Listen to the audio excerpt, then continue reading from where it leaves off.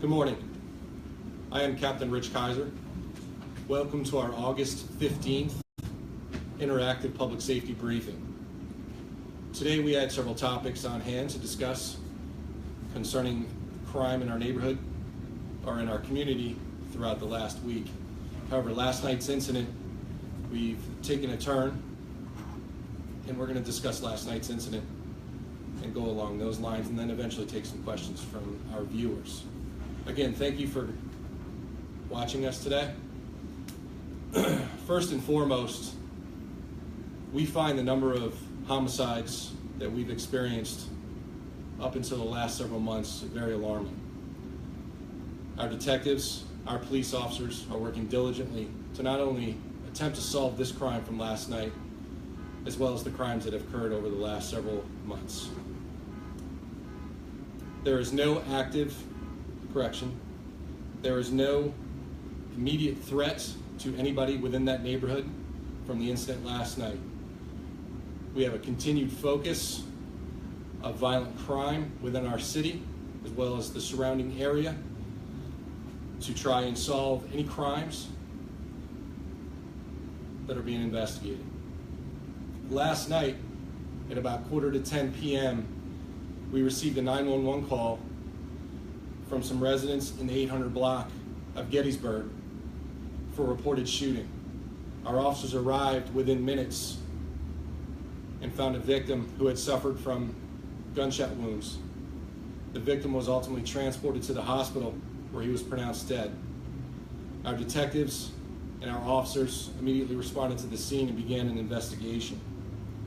We are working closely with our allied law enforcement agencies, as well as our state's attorney's office, as well as our community groups, to solve this crime that occurred last night.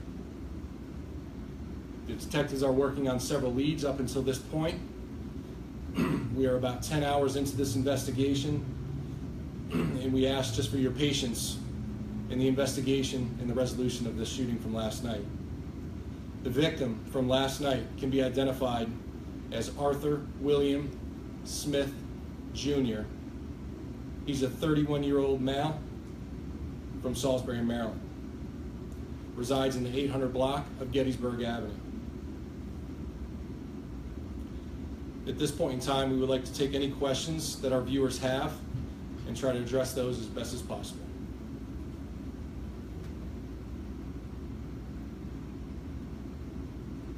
Captain Kaiser, how can the public assist the police department in any way as they're going through these investigations and as they're ramping up their efforts?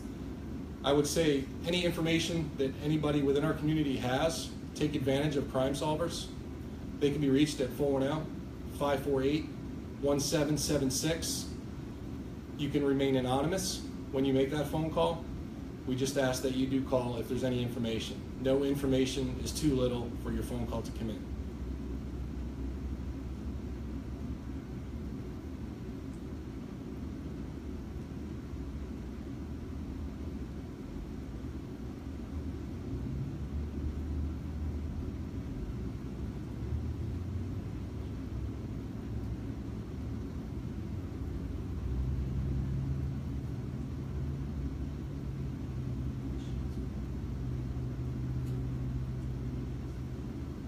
Move into the crime trend that we're experiencing?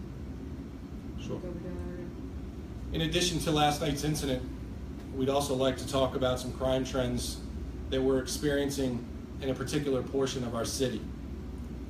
Specifically, the northeast quadrant of our city, which encompasses Liberty Street, Bryn Mawr, and the Doverdale areas.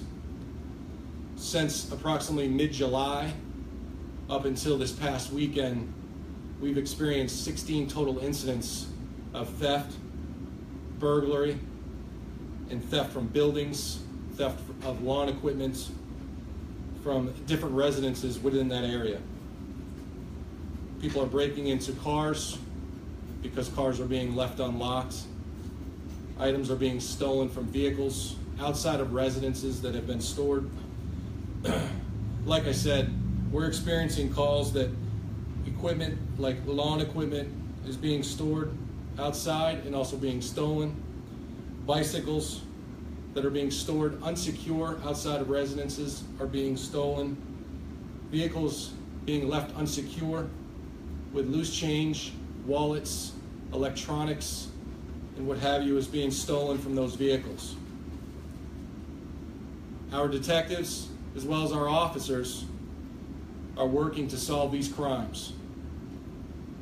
We've returned some of the stolen items to the owners as a result of one juvenile being charged, and we're seeking charges on additional juveniles within that area. The detectives are monitoring online markets where this equipment is being stolen, or excuse me, where the equipment is being sold. Some of the property has been located, like I said.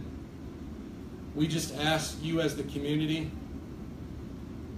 register your bicycles with the police department, photograph your equipment, whether that is a lawnmower, a weed eater, what have you, so that you have that photograph.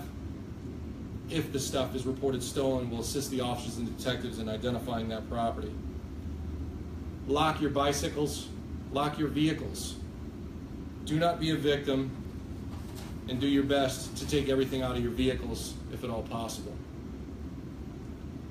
As the investigations have been going on, we've determined that victims have made contact with what we believe is juveniles to conduct business online. We ask that the victims or potential buyers of these online markets only deal with adults. That is one avenue to avoid from being a victim. Take advantage of our e-commerce zone that has been created out in our front parking lot. That area is surveilled 24 hours a day. You can certainly come into the lobby, tell the watch commander why you're there. We can even check serial numbers if you request of the property that you are attempting to buy. If you have any questions, feel free to ask those, and we'll entertain any questions that come in. Can you discuss what online venue some of these juveniles have been using to attempt to sell the property?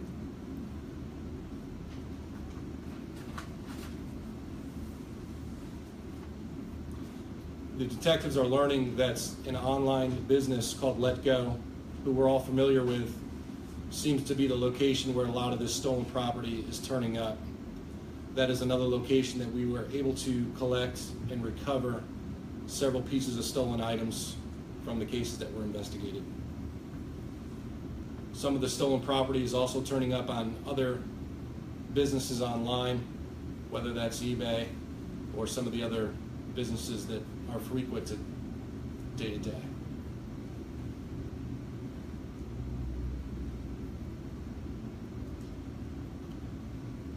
So if there is no questions, we're going to conclude for this week's briefing. Please remember to join us next week, where we'll have additional topics and answer your questions. Thank you.